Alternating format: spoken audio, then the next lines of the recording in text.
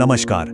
चलिए आज बात करते हैं एक बहुत ही खास चीज के बारे में, हमारे भारतीय संविधान की आत्मा, उसकी प्रस्तावना, जिसे हम प्रिएम्बल भी कहते हैं। आइए इसको समझने की कोशिश करते हैं। हाँ, तो ये शब्द संप्रभु, समाजवादी, पंथ निरपेक्ष, ये सब हम सब ने कहीं ना कहीं जरूर सुने हैं, है ना? स्कूल की किताबों में, भाषणों में, हर जगह। पर क्या कभी रुककर सोचा है कि इन भारी भरकम से लगने वाले शब्दों का असल में मतलब क्या होता है? अगर नहीं तो कोई बात नहीं, आज हम साथ मिलकर समझेंगे भारत की असली पहचान को।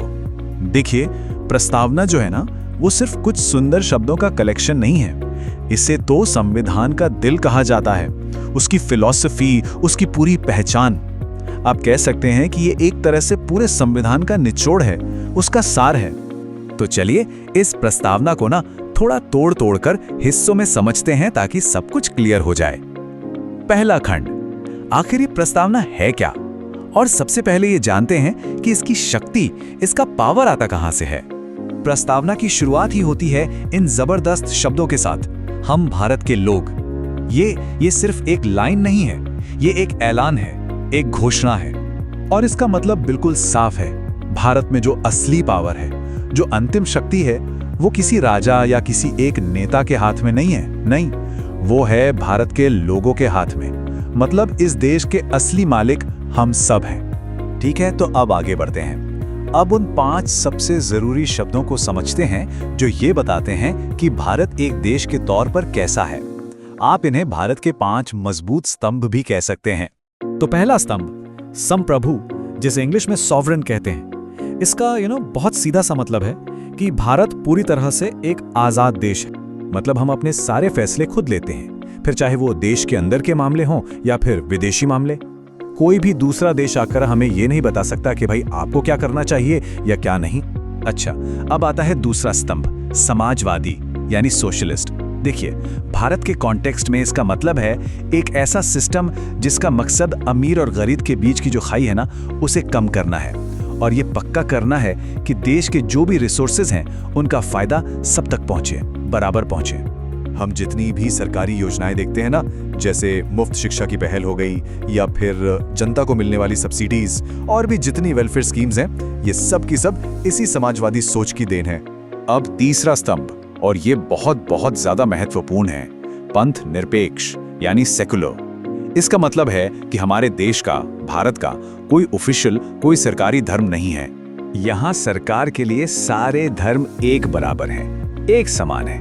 और यही वजह है कि भारत में मंदिर, मस्जिद, चर्च, गुरुद्वारे सब एक साथ शांति से मौजूद हैं। और हर इंसान को अपना धर्म मानने की, उसका पालन करने की पूरी आजादी है। चौथा स्तंभ है लोकतांत्रिक यानी डेमोक्रेटिक।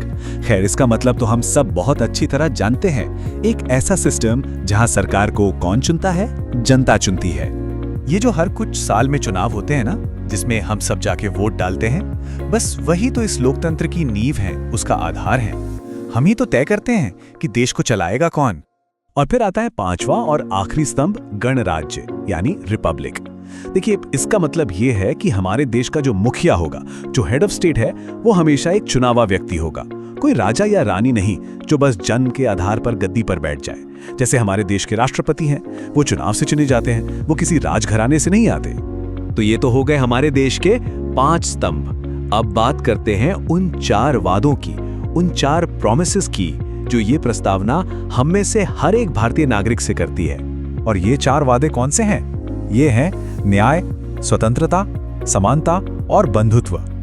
सही मायनों में यही हमारे अधिकारों और हमारे सम्मान की बुनियाद है। तो पहला वादा है न्याय का, जस्टिस। इसका मतलब है कि हर किसी को, चाहे वो सामाजिक हो, आर्थिक हो या राजनीतिक हो, हर तरह से बराबरी और इंसाफ मिले। दूसरा वादा स्वतंत्रता, लिबर्टी, यानी सोचने की आजादी, अपनी बात खुलकर रखने की आजादी, किसी भी धर्म या विचार में विश्वास करने की आजादी और अपनी मर्जी से अपनी जिंदगी जीने की पूरी आजादी। तीसरा वादा है समानता का, इक्वालिटी। मतलब सीधा है, कानून की नजरों में हर कोई, हर नागरिक बराबर है और सबको जिंदगी में आगे बढ़ने के लिए बराबर मौके मिलने चाहिए। और चौथा और आखिरी वादा है बंधुत्व का, फ्रेटर्निटी, इसका मतलब है कि हम सब भारतीयों के बीच एक भाईचारे की भावना हो, एक दूसरे के लिए अपनापन हो, ताकि हमारे देश की एकता और अखंडता हमेशा बनी रहे। अब मन में ये सवाल आ सकता है कि क्या ये सब सिर्फ कहने सुनने में अच्छी लगने वाली बातें हैं, सिर्फ खूबसूरत शब्द? जी नहीं, बिल्कुल नहीं। ये प्रस्तावना सिर्फ शब्द नहीं है, ये उससे कई ज्यादा बढ़कर है। ये प्रस्तावना असल में हमारे देश के लिए एक विजन है, एक सपना है, एक दिशा दिखाने वाले एक गाइडिंग स्टार की तरह है। आपको पता है, जब भी कभी किसी कानून को लेकर कोई कंफ्यूजन होता है ना, तो हमारी अदालतें भी उसका सही मतलब निकालने के लिए इसी प्रस्तावना की मदद लेती हैं। तो कुल मिलाकर ये प्रस्तावना हमें बार बार याद दिलाती है कि हम कौन हैं और एक देश के तौर पर हम क्या बनना चाहते हैं। ये भारत का खुद से किया हुआ एक वादा है। और सोचने वाली बात यह है कि आज के समय में हम सबके लिए इस वादे का क्या मतलब है।